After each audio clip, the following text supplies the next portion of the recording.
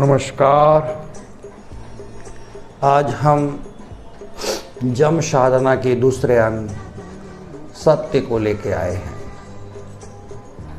सत्य की परिभाषा जीवन वेद देता है, परहितार्थवाद मनसो यथार्थम सत्य। दूसरों के भलाई के उद्देश्य से वाक्य और मन का यथार्थ भाव ही सत्य है।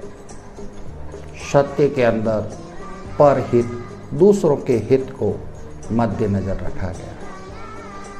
आगे जीवन वेद कहता है कि सत्य का कोई अंग्रेजी प्रतिशब्द नहीं है। अंग्रेजी में जो ट्रू और ट्रुथ प्रचलित है, उसके लिए संस्कृत में प्रतिशब्द रीत है। अर्थात सत्य और रीत एक नहीं, दो अलग अलग है। साधना जगत में सत्य के पालन की बात कही गई है।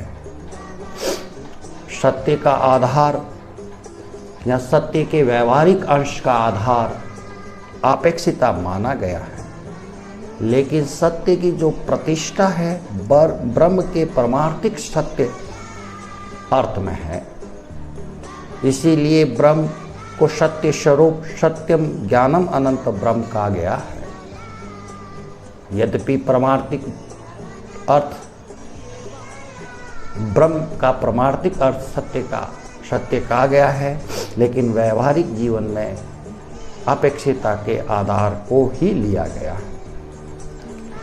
सत्य के पालन पर विचार करें तो मनुष्य एक विवेकशील प्राणी है। उचित अनुचित कहाँ कैसा व्यवहार करना हर मनुष्य के अंदर है। अतः साधना जगत में सत्य के पालन पर बल दिया गया है। सत्य के पालन करने के को या सत्य को दो उदाहरणों द्वारा जीवन वेद अधिक स्पष्ट करता है। पहला उदाहरण बताता है कि एक व्यक्ति डरा हुआ भागा भागा हमारे पास आता है और शरण की गुहार लगाता है। हमें ये पता नहीं कि वह अपराधी हैं अथवा नहीं। ऐसी स्थिति में हमें क्या करना चाहिए? जीवन वेद दिशा निर्देशन देते हैं कि हमारे घर में उसको स्थान देना।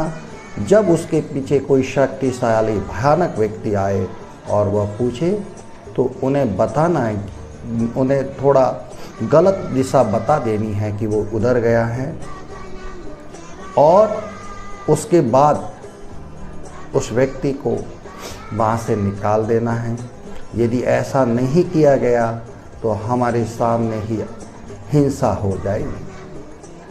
ठीक एक और उदाहरण दिया है कि माँ खाना खा रही है और नाना जी ननिहाल से चिट्ठी आई है जिसमें लिखा है नाना जी का देहांत हो गया।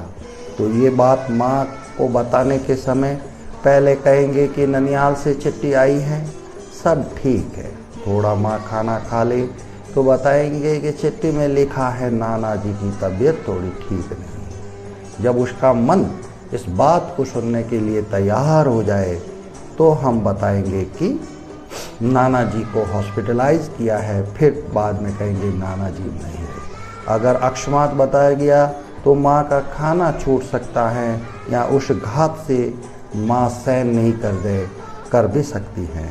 अतः सत्य की रक्षा के लिए छोटे छोटे झूठों की लिया गया, लेकिन वह रीत की दृष्टि से तो झूठ हो सकते थे, लेकिन सत्य की दृष्टि से झूठ नहीं, वह सत्य ही है। कहीं कहीं इसको जीवन वेद से परे हटकर कहीं कहीं गाय और कसाई के उदाहरण देकर भी गाय की बचाव के लिए समझाया जाता है। अतः संक्षेप में अगर कहे तो परहित के लिए बोले गए या परहित की भावना को मद्देनजर रखे गए वाक्य और मन का जो यथार्थ भाव है वही सत्य है। इस तरह सत्य को लेकर कहीं उलझने और कहीं प्रश्न थे, तो जीवन वेद की इस परिभाषा ने सत्य को एकदम उजागर और भास्वित और दीप्तिमान कर दिया है, ताकि सभी उसका व्यवहारिक सत्य का व्यवहारिक अंश अपेक्षिता है, लेकिन उसकी जो प्रतिष्ठा है वह ब्रह्म पर के परमार्थिक सत्य में है। अतः सत्य दोनों ही तराजों के दोनों ही पलड़ों को साथ में व्यवहारिकता और परमार्थिक लक्ष्य को साथ में रखकर सत्य को रखा जाता है। अतः मनुष्य को स्वभाव से सत्यवादी होना चाहिए और सत्य की रक्षा के लिए हमें रीत से अधिक सत्य को बल देना चाहिए। यही जीवन वेद सत्य के बारे में बताता है। इसी आशा के साथ नमस्कार। कल हम एक नया प्रश्न लेके आएंगे अस्तेय, और उस अस्तेय के विषय में समझेंगे। तब तक नमस्कार।